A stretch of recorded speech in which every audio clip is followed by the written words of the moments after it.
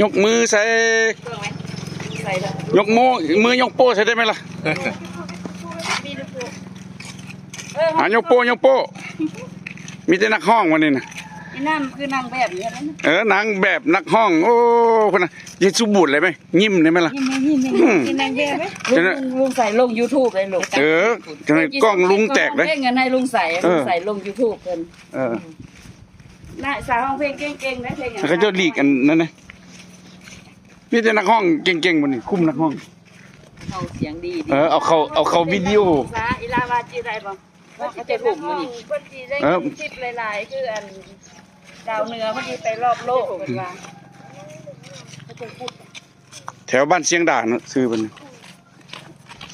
ป้าใหญ่ไปรับลูกรับหลานมาจากโรงเรียนมีแต่นักห้องเก่งๆโอ้เพิ่นพูดอีหยังหน่อไม้เข้าไปเอาหาหน่อไม้เด้เพิ่นหาหน่อไม้สุ่มหน่อได้กินหากับหลัง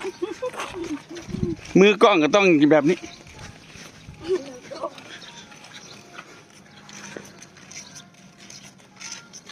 ยิ้มไหมไอ้คือ